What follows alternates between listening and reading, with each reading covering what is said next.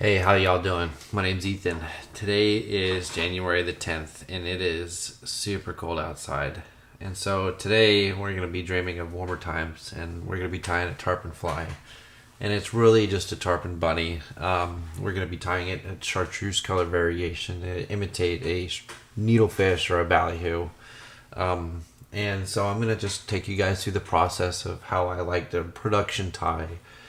Something like this being a relatively simple fly. You know, it's got a tail, it's got a body, and it's got a set of eyes.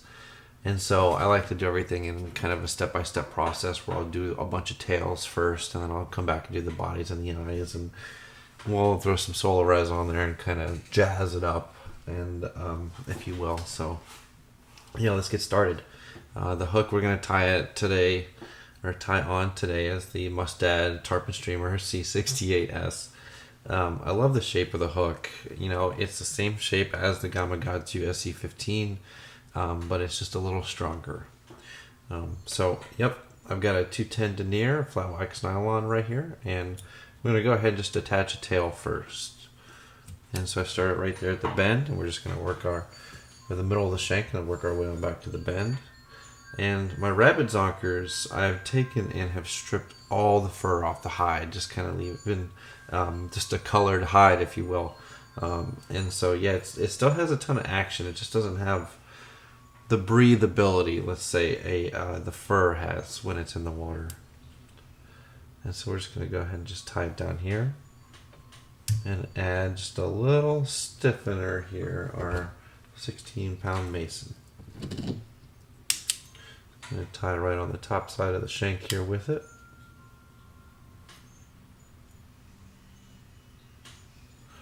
And parachute it just to kind of get it to stand up.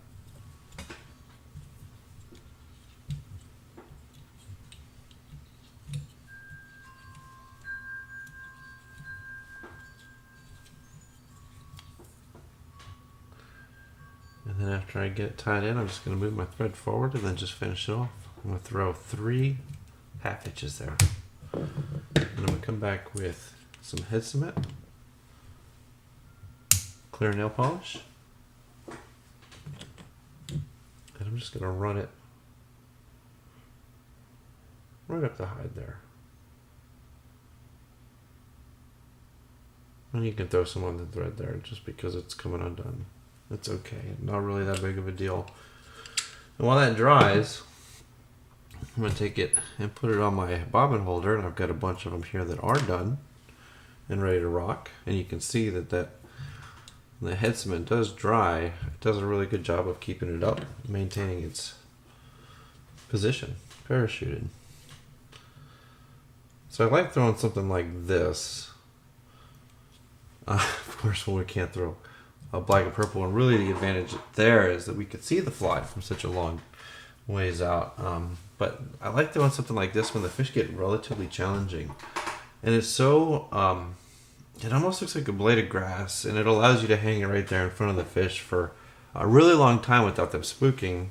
And a lot of times if you can hang that fly there for, really, the longer the better. The fish are so opportunistic that a lot of times they just reach up and grab it. So we've got a brush here. Next we're going to tie in. It's made from a Senyo's laser dub and a UV Pro Ice dub.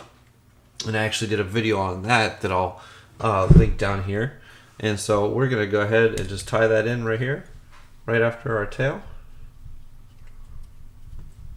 And advance our thread forward. And I'm just going to palmer that thing forward. Every time I go 180, just make sure I'm not trapping any material underneath.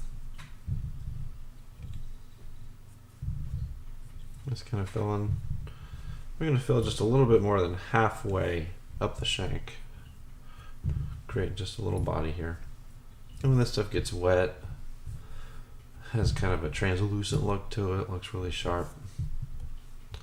And that's about it right there. You know, they do have a little bit of a bill. And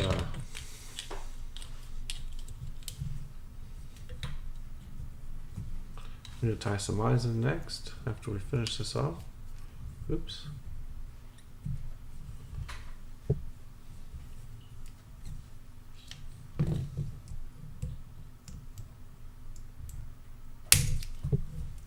Pair of wire cutters definitely works better, but that'll work. So every time you cut those, the wire, sometimes they can stand up, you can pop your thread on it. So we just take your fingers and just kind of try to mash it down.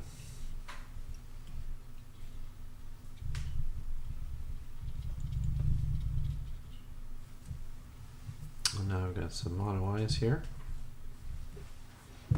Keeping the color scheme.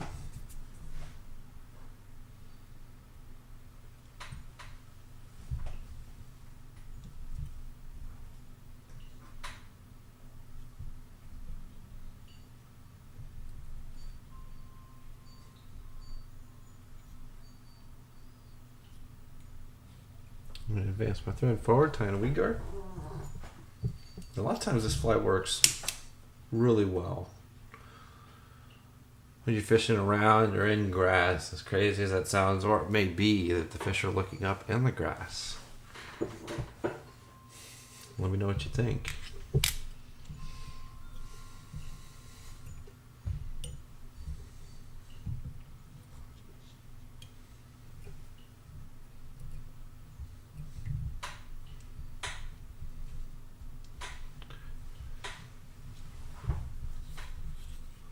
I'm going to throw a couple half hitches on there.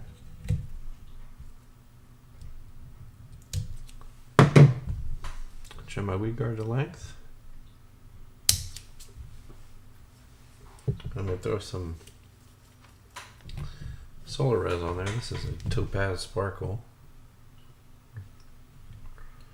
And it really does a good job of matching the flash that's in the brush. It's just so subtle. I don't think it matters a ton.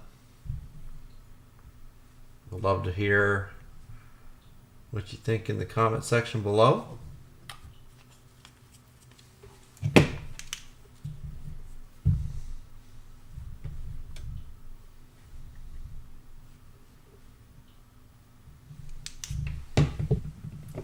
Next we're going to add just a little, it says fluorescent red, but it's closer to an orange.